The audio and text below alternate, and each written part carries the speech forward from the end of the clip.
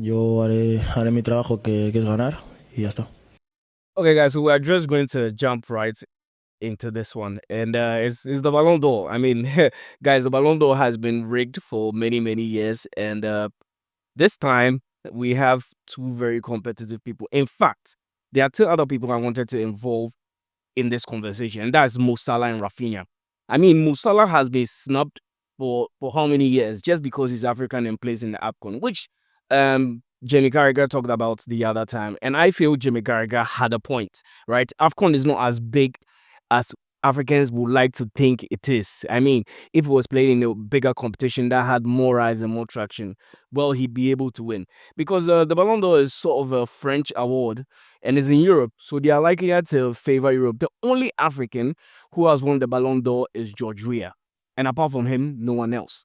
Mane came in close second in the year Karim Benzema won. And after that, Africans have been quite non-existent in the award scheme. Well, Rafinha would have been a great competitor for Dembele. Instead, decided to go with Lamine Yamal. I mean, Lamine Yamal has all the PR and everything you can think of. Well, he's 17 and they're pushing him forward and what's not.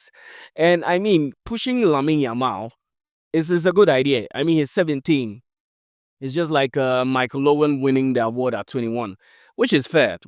I get to understand. They're trying to push a young man who has PR to win the award. But Rafinha outperformed Lamine Yamal this season. It's quite obvious.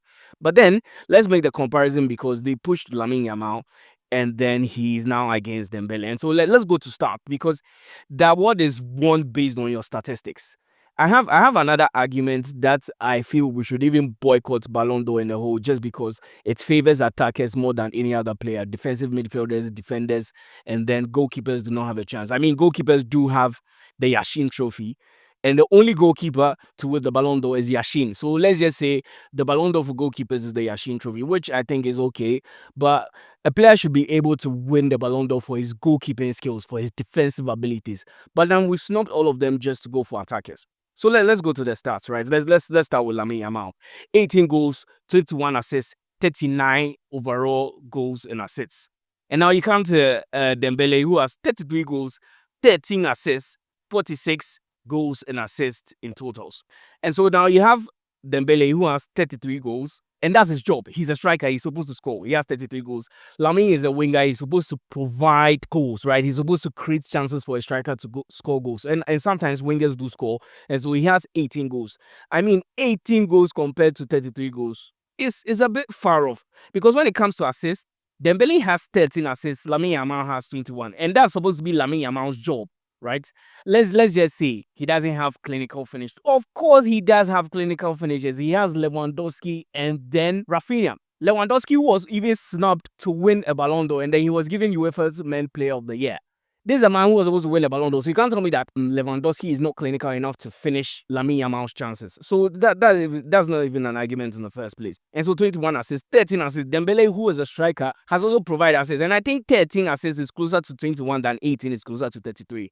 And so when it comes to goals and assists, Dembele beat Lamine Yamal overall. Let's go to trophies. Now I'll start with Lamine Yamal. Lamine Yamal has the domestic treble, which is the Copa del Rey, the La Liga, and the Super Copa de España. I mean, they did beat Real Madrid twice in both finals, I think, to win these trophies. Hey, that's the great achievement. And he's doing this all at 17. I mean, it's quite impressive. But there are players who were a year older and have done more impressive stuff. Like Kylian Mbappe, who won the World Cup at just 18. And so, I mean, when it comes, I think 19, 18 or 19, I can't remember the year, but it should be 19, 2 years older. I mean, so there are players who are in that teenage bracket who have done more. And then we are pushing Lamia. I mean, he burst onto the scene. I get it. This is like one of the best outbursts onto the scene we've seen from Lamine Yamal. And I mean, it's impressive. But we cannot give you the award based on your age. I mean, you're 17, but you need to prove your worth. You need to show your stats. You need to show your awards. You need to prove yourself. We can't just give to you because you are younger than Dembele. I mean, that's a bit absurd if you think about it. Lamine Yamal won the Euros 24 with Spain. That's impressive. His individual awards, he won the Copa Trophy, Young Player of the UEFA Champions League, which, in my opinion, I think was even a close call between him and Desiree Doué. Desiree Doué was literally battling him for that award. And Desiree Doué was impressive. I mean, we're calling him the next Lamine Yamal, which, I mean, is a praise to Lamine Yamal. But if you were competing with someone for that award, it means even though he was outrightly good, there was a close second, right? There was a close second. Let's move to, since this has nothing to do with Desiree Doué, let's just move to Dembele. Now we come to Dembele. Dembele won the quintuple: Trophy des Champions, the Ligue 1, Coupe de France, and the UEFA Champions League, the biggest trophy in Europe. Dembele won it with PSG. Now let's count his individual awards. He won the League Player of the Season, season top scorer in the League. I mean, people say the League is the McDonald's league, but if scoring a goal in the league is not as easy as people make it seem. And the defense is not that bad because there are French teams who have gone into the UCL and have proven themselves to be top against bigger teams. And so it doesn't mean that the teams are bad. It's just a lesser known league, or a league people do not pay attention to. He's also the UCL Player of the Season. I mean, come on, what else would you want from Ousmane Dembele, ladies and gentlemen, for him to prove himself? Look at all these accolades this man won. He won the Ons d'Or, which is like a step to the Ballon d'Or. Guys, I honestly do not see a world where Lamine wins this award. I honestly do not see. I am so against the idea of Lamine carrying the Ballon d'Or. I just feel like it's a bit too much. We are overglazing Lamine Yamal. It's a stretch. It's a stretch. Now let's talk about impact, right? Because that is what, quote unquote, Lamine Yamal is known for. Let's start with Lamine Yamal. Dribbling and creativity, he does have it. Tactical influence, which I will give him because in the Inter Milan game, he proved himself against Bastoni, against DiMarco. This guy was going head to head with some of the best defense in the Serie A. But Lamine Yamal, even though he made a difference in that game, solved the game. Because if you look at the last goal, Francesco Acerbi scored to equalize for them to go into extra time. It was Lamine Yamal's fault. This is something Thierry Henry said. He said, if you are in the lead, in the dying minutes of the game, take the ball to the throw the corner line, stand on it, and kill the time. Pass it behind. Kill the time, right? But I mean, here he is going to score, and we're calling it tactical influence. I mean, as tactical and as brilliant as he may seem, at 17 years old, I think you should have the common sense to know that there's no need for you to go and score again, even though you have seen the opportunity to score. And it wasn't even a clear-cut opportunity for them to score. He was now going to dribble in. The ball was taken from him straight to Dumfries. Dumfries found Francesco Acerbi, and then Araujo couldn't even defend the ball. But this is not even about Araujo as well. And so let's say he does have the tactical influence, but he's not even smart enough to make some common things players will do in a game.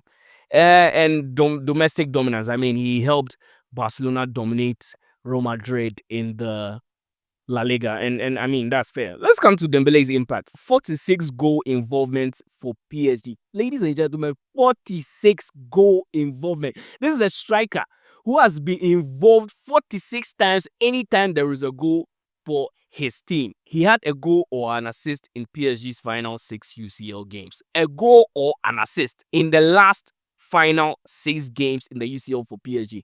This is mind-blowing. This is an effective striker. A striker who knows how to do his job.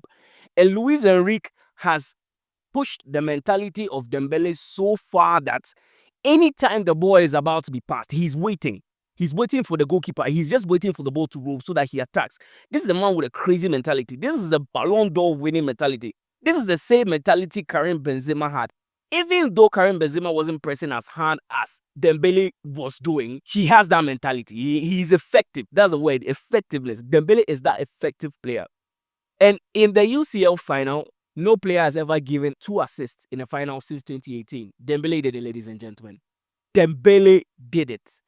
And if anyone is against the idea of Dembele winning the Ballon d'Or, there you have it. It's quite obvious. Dembele wins by a mile, and I think Yamal should he's 17. Currently he's 18 years. He has a lot of years ahead of him. He should come back and do better, and hopefully he's able to win one before he retires. But let me just say, Neymar has been a close second for Ronaldo and Messi.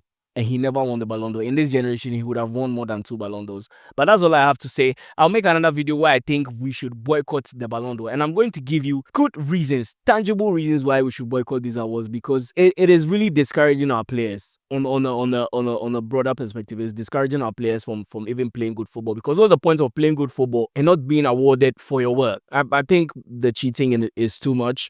The Ballon d'Or organization and the PR and whoever takes care of it should do better.